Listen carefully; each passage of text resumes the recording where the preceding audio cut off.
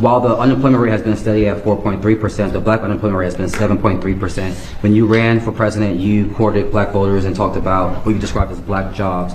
How do you describe why this disparity is happening? What can you do to close that? Well, we're doing very well with the black jobs, African American jobs. I saw some numbers that we're doing really well. But where we're really going to do well is when all these plants are open. We're building many car plants. We're bringing cars back from Germany. We're bringing, we lost the car industry years ago. 54% of the industry went to Germany, Japan, Canada, Mexico. It's all coming back. It's amazing.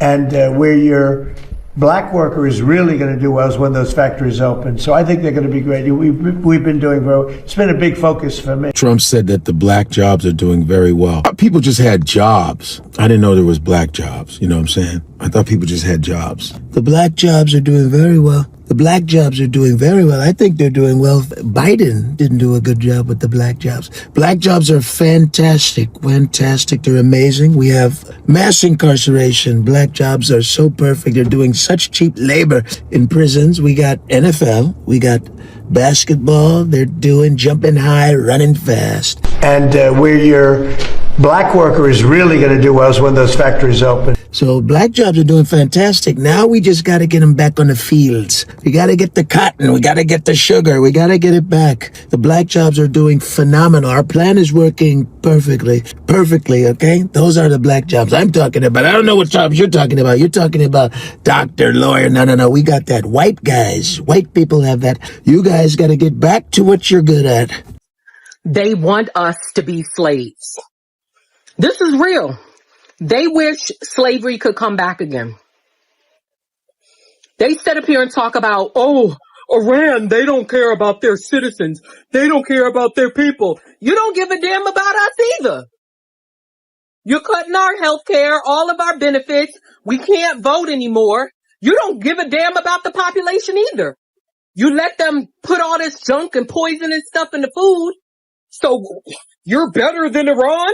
I don't think so. They want slavery back. They want us to work to the bone so they can extract maximum profit while giving us minimal benefits, minimal return, minimal salaries, wages, benefits, all of that. They don't want us having shit. Take the Department of Education, close it. I'm going to close it. We'll have one person, could be you if you decide to retire. Okay, Mr. President, here's what bothers central casting. Here's what bothers me about that. So let's say you have a liberal city, let's Los Angeles, San Diego, and they just decide we're going to get rid of that history. We got new history. This is America built off the backs of slaves on stolen land. And that curriculum comes in. Then we don't send them money. We would save half of our budget, and we're going to send. But if they want to do that, because you do lose control when you go lower. We've lost control. We're number 40. We're last on the list. We're the worst there is, and we spend more money. Y'all gonna get mad, but I really don't give a damn. So Donald Trump was asked about black unemployment, and when I heard him start talking about opening factories and plants for black workers, I had one question. Why is it that every time some people talk about black progress, they immediately picture us working with our hands and not leading with our minds? See, that's the part that bothers me. Why is the conversation always about where black people can labor and not where black people can own? Why are we talking about factories but not Fortune 500 companies? Why are we talking about plants but not patents? Why are we talking about assembly lines but not boardrooms? Because last time I checked, black people are doctors, lawyers, engineers, pilots, entrepreneurs, scientists, educators, investors, and business owners. We don't need nobody to decide what lane we're supposed to excel in. That's the same mindset that's been around forever. Assign black people a role, put them in a box, and then call it opportunity. No, opportunity is choice. Opportunity is being able to become whatever the hell you're qualified to become. And that's what gets me. The expectation for black people always seems to stop at labor instead of leadership. I don't want a future where black people are told where they fit. I want a future where black people decide for themselves. And if that makes people uncomfortable, maybe that's the conversation we should be having. Paul Mooney said it best. I'm going to tell you why white folks are mad. White folks are mad because got away. Got away.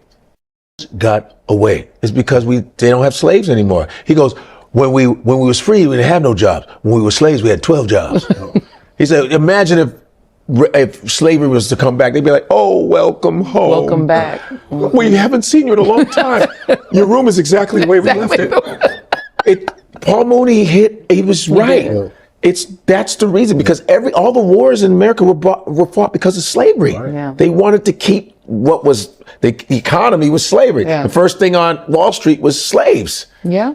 And so that's the whole thing. It's always about us. Yeah. Anytime they talk sideways, it's always us in the peripheral. When they go DEI, it means black people. To them. But the thing is, the thing that's so crazy is that functionally, affirmative action and DEI mainly benefited white women. So we didn't even benefit disproportionately.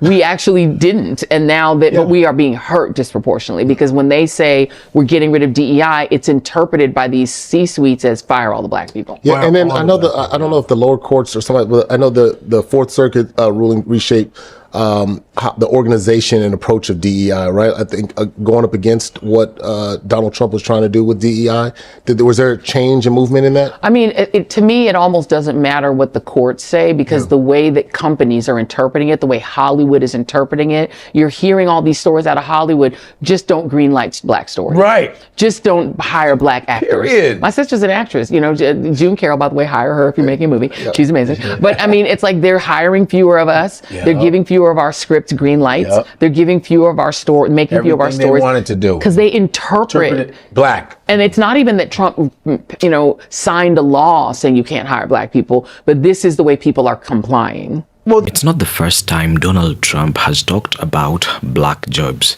He's talked about black jobs over and over again. He's repeatedly talked about black jobs. Remember the first time we heard him talking about taking away black jobs, and right now he's also talking about black jobs. Since when did jobs start coming with color? In his mind, he thinks that black people are still slaves, and no, you cannot convince us that he's doing this by mistake. Brothers and sisters, I don't want to say much. Let's get to watch these videos that I've put together for you, and then thereafter we'll come back and break it all down. As usual, let me know what your thoughts are concerning all this in the comment section. Like the video, share the video, hype this video so that it can get to reach more and more black people. Most importantly, subscribe to this channel. I just saw a clip of Donald Trump talking about how he's going to offer all of these U.S. farmers that have been here for 15 years that he would be normally deporting, which he is going to be deporting them, but he's now allowing them to come back and work for the farm owners and be owners of these people and take care of these people and have these people work for them and get benefits that non-citizens wouldn't get, but they still don't get citizenship.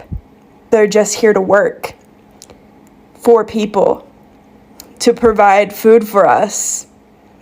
This sounds a little like something we've been through before. Some of y'all are going to mess around and seriously end up getting hurt. I think you might want to chill. I can promise you'll be 6 feet deep before any of us become your slave, or anyone else's for that matter. A lot of y'all thought that it was a good thing when Trump said Hispanics are taking black jobs, but the reality is what he really meant is black folks are taking white jobs. And him and his 2 young white men that he replaced those black folks with are showing you in this press conference. Watch this. It'd be very good for certain jobs, but not people that should be doing this particular job. That's why I'm trying to figure out how you can come to the conclusion right now that diversity had something to do with this crash. Because I have common sense, okay? And unfortunately, a lot of people don't. We want brilliant people doing this. This is a major chess game at the highest level. We want to hire the best people because we want the best people at air traffic control, and we want to make sure we have enough people at air traffic control who are actually competent to do the job. If you go back to just some of the headlines over the past 10 years, you have many hundreds of people suing the government because they would like to be air traffic controllers, but they were turned away because of the color of their skin. That policy ends under Donald Trump's leadership. We will have the best and brightest in every position possible. As you said in your inaugural, it is colorblind and merit-based. Now, the Secretary of Defense earlier today got to show up at the DOD looking like this, talking to the American people about the situation. It was a fairly experienced crew, and that was doing a required annual night evaluation. They did have night vision goggles. And he replaced this black man whose resume was this long. And by the way, these are his qualifications in comparison. It's never been about qualifications or experience. It's always been about race and class. And America has always been some form of a job farm or a plantation. And what you see here is they're trying to set things in the order that they desire it to be in. Deport the brown, replace them with the blacks, and elevate the whites back to their rightful place as they see it. The press secretary is 27, the vice president is 40, and the secretary of defense is 44. It's not about experience. It's not about qualifications. It's about whiteness. 73% of air traffic controllers are white, 15% are Hispanic, 9% are black. So how is DEI the problem if 73% of the people doing the job are white? Now maybe the rest of you can see what some of us have been trying to tell you. And I'm telling you folks, right there, how white folks got so rich. The untold story of American white supremacy. I mean, I just read about the Indian land grab. And I'm like, my gosh, man, good Lord. No wonder we don't want to teach the truth. No wonder we don't want to teach the truth. Because that means we've got to look people in the face and say, our forefathers were the worst people in the history of mankind. The things that they did, that manifest destiny, that kind of mentality has been atrocious. What we have done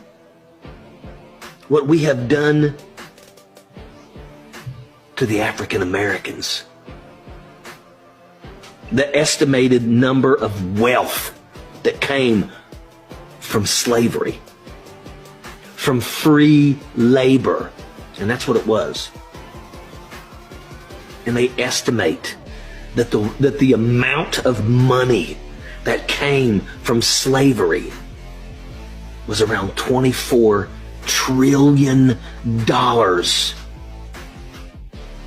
You can't even grasp that much money.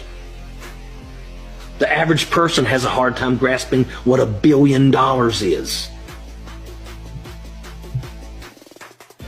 $1 trillion. Holy shit. And a lot of people don't want to admit the truth because a lot of people also are scared that what happens if we actually do have to maybe pay reparations. Understand that everything, that beautiful Capitol in Washington, D.C. was built by slave labor. The majority of the churches in this country were built by slave labor.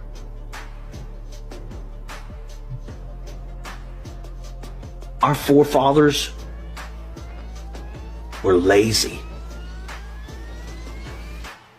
And if they were smart, which they were, but the problem was they were cunning. It's sad. White America, you have to listen to me, y'all. Trump is literally doing the opposite of the justice that is needed to heal our land. And it's our fault. And not just those of us who voted for him, all of us. Because we rejected the heart cry of the black community for justice. For the justice that they are divinely due. When their heart cry arose in 2020, during the summer of George Floyd, we shut them out. We brushed them off. We did nothing. And now it's all coming full circle. $1.776 billion. 1776. The year that this nation was officially forged on the backs of African slaves. And we have refused to pay them their rightful due ever since. But, and there is a but, it's never too late to do the right thing. Slavery is back in America and they are not even trying to hide it anymore. Trump's America in 2025 is housing migrant concentration camps and it is about to get darker. Let me break this down for you. Trump's new camps in Florida are not just holding centers. They are a pipeline where migrants are going to start being handed out to farmers like tools. Let's just take a quick second and look at these holding centers.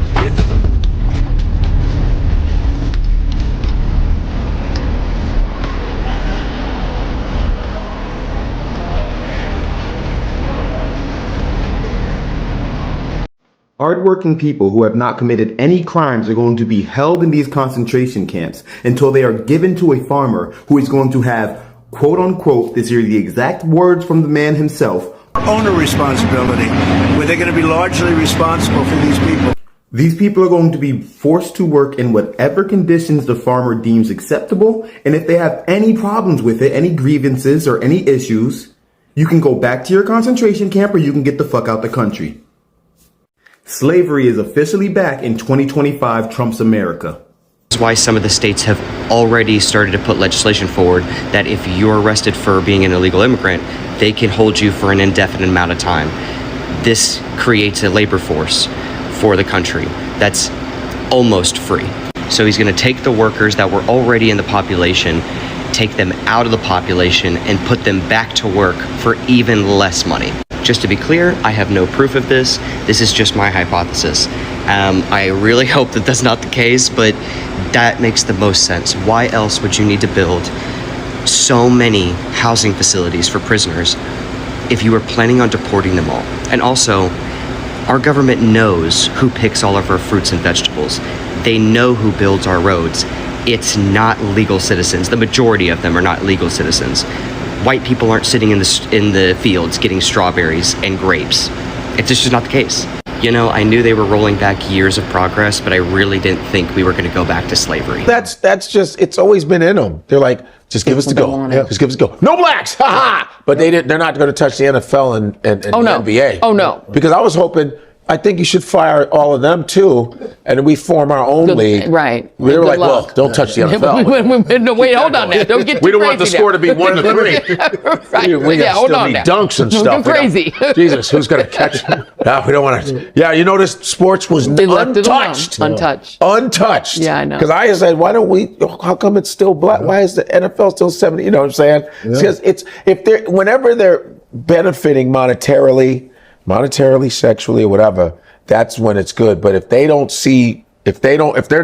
if we have autonomous happiness, then it's like, oh. You gotta end that. You ever see it in a restaurant when black people are by themselves happy? They go, they're making a lot of noise. I go, you are too.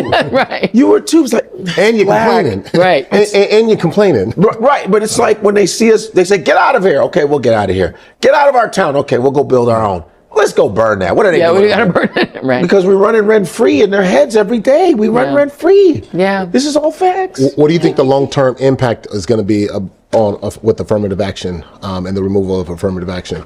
I mean, so I'll give you Harvard, for instance. Okay. The class the last affirmative action class at Harvard before the ruling went through had about 14% black, and when I went, it was 6% black. So it improved to get close to parity in our population. But it was 27% Asian. Asian Americans, Asian people are 5% of the country, but they were 27% of that incoming class.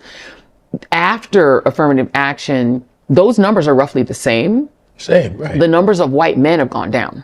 Yeah. And so it hasn't worked out. And so now you're seeing the Stephen Millers of the world look at these elite universities and not see the number of white men increasing. And now they want those universities investigated. But what they're leaving out of the story is that for a generation, people like Stephen Miller, people like the late Charlie Kirk have been telling white men, don't go to college. They've been telling him it's a waste of money. It's an indoctrination factory to turn you into a liberal, to make you woke. And so white men are self-selecting out of college. And so now when you open up the opportunity to go to Harvard, the people who are prepared to go to Harvard, who are busting their ass in high school trying to get good grades, are immigrant kids who they're chasing away. You know, the international student body is plummeting. And that's what keeps these schools open, because the international students, like our parents, the government paid their bill. Yeah. They weren't paying for it. My father got his education because the government of the Congo paid for it, then Zaire. Yeah. And so when you take the kids coming from China, that full payment from the Chinese government is gone. And the American kids who need student loans, who in many cases aren't even prepared for college, you're now whittling it down and you're expecting white men to carry the burden. I mean, if you think, if I was a white guy, I'd be kind of offended. You want me to be all the pilots. You want me to be all the people in the Defense Department. You want me to do all the jobs. I got to be every job. I got to go to all the Harvards. I got to go do I got to do all these things. And I've been told for a generation, don't even go to college at all. So a lot of these guys are not even prepared. So they're not even qualified. But there's a lot that qualified. A lot of them are mediocre anyway. So they weren't prepared. And so it's like they expected that this would mean that Harvard would now be like 80% white men. It isn't. The majority of college students in America are women. More white women go to college than white men. And so now when they're looking at it, they're not getting the white man bonanza. What's up, beautiful people, and welcome back to this very interesting episode. I hope you are doing fine wherever you're tuning in from. Thank you so much for watching the video all the way to this point, whereby I get to give my 2 cents in regards to all these that we've just watched. First of all, I'd like to start my commentary by thanking you all so much. I'd like to thank you all for supporting this channel and coming back to this channel on a daily basis to view your daily updates. Thank you so much. I do not take this for granted. I'd like to thank all those who do leave comments in the comment section expressing themselves, and those who we've had lengthy conversations. Thank you so much. Thank you to all those who do support me by giving me a super thanks, or even by buying me a coffee through the Buy Me a Coffee link, which is in the description box. Thank you so much. Other than that, we've seen Donald Trump calling some type of jobs black jobs, and it's not for the first time. Let's say when he's talking about positions like lawyers, he's not talking about black people. When he's talking about doctors, in his mind, those are white jobs. When he's talking about engineers, in his mind, those are not black people's jobs. So you can see the type of mind that is leading America right now. You can see the kind of person that is getting to make decisions. You can see the kind of person that Americans decided should assume the office of the presidency. And you know, when we say that Donald Trump is a mistake, of course, probably he was a mistake when he was first elected. But he was elected for a second time, despite the fact that white America knew very well what this man was capable of doing. And that's why it makes no sense when I see people who formerly supported him crying out right now. It doesn't make sense. Probably electing him for the first time was a mistake, but electing him for the second time was definitely not a mistake. One may think that America is the way it is because Donald Trump is the president, but that's not the case.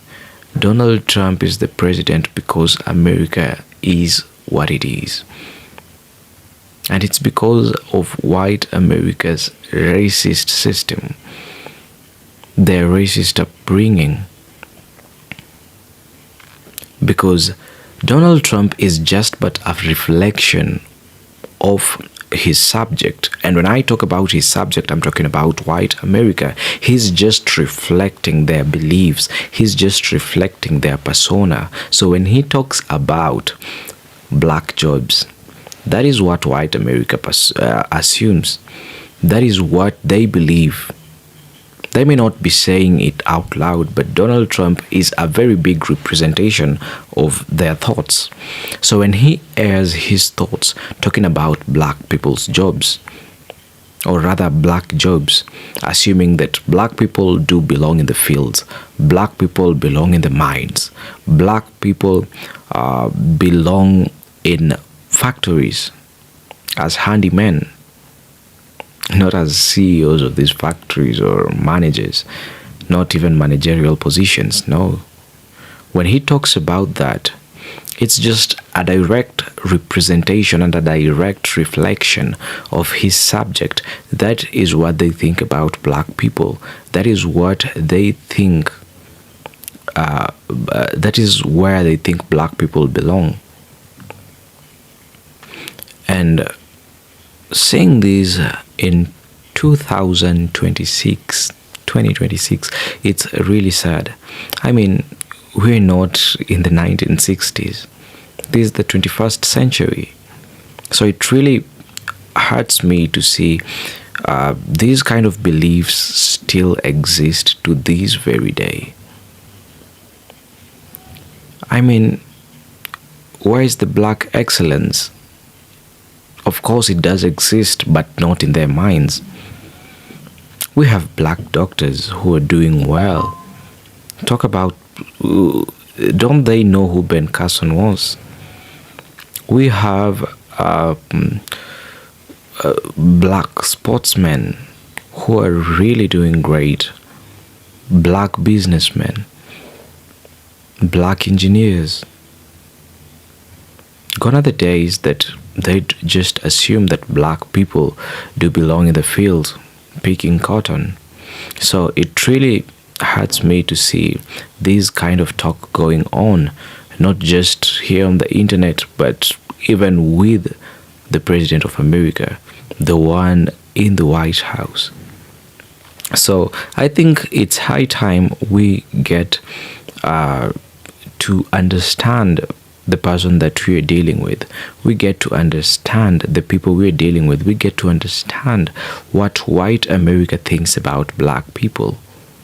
And this is not probably selling fear to you, or this is not just probably trying to divide the people. I believe the divide already exists. I'm just pointing at what is in existence. There's nothing I'm creating right now. The information I'm giving you is information that is already out there. It's in the public domain. We have videos everywhere of Donald Trump talking about black jobs. It's not something that I've just come up with right now. So all I'm saying, or all I'm airing, are just my thoughts. Please let me know what your thoughts are concerning all these in the comment section, and I'd really be glad to have that conversation with you. I think however much they try to make it look like black people belong in the fields, black people do not belong in the fields. There's nothing like white jobs and black jobs. Jobs do not come in colors. And while these may not stop today or anytime soon, I'd just like to urge black people, no, probably not to be faint-hearted. Of course, black people have never been faint-hearted. Probably just to urge black people to know what they are dealing with, to know that this is exactly what white America thinks of them, and with that information, that I think black people may be making informed decisions thereafter. Otherwise, I'd just like to end this video at this point. Thank you so much for tuning in to this video and watching all the way to this point. As usual, like this video, share this video, and most importantly, subscribe to this channel. I have been your host and your presenter, Kachina. Until we meet again, I hope to be seeing you in my next episode.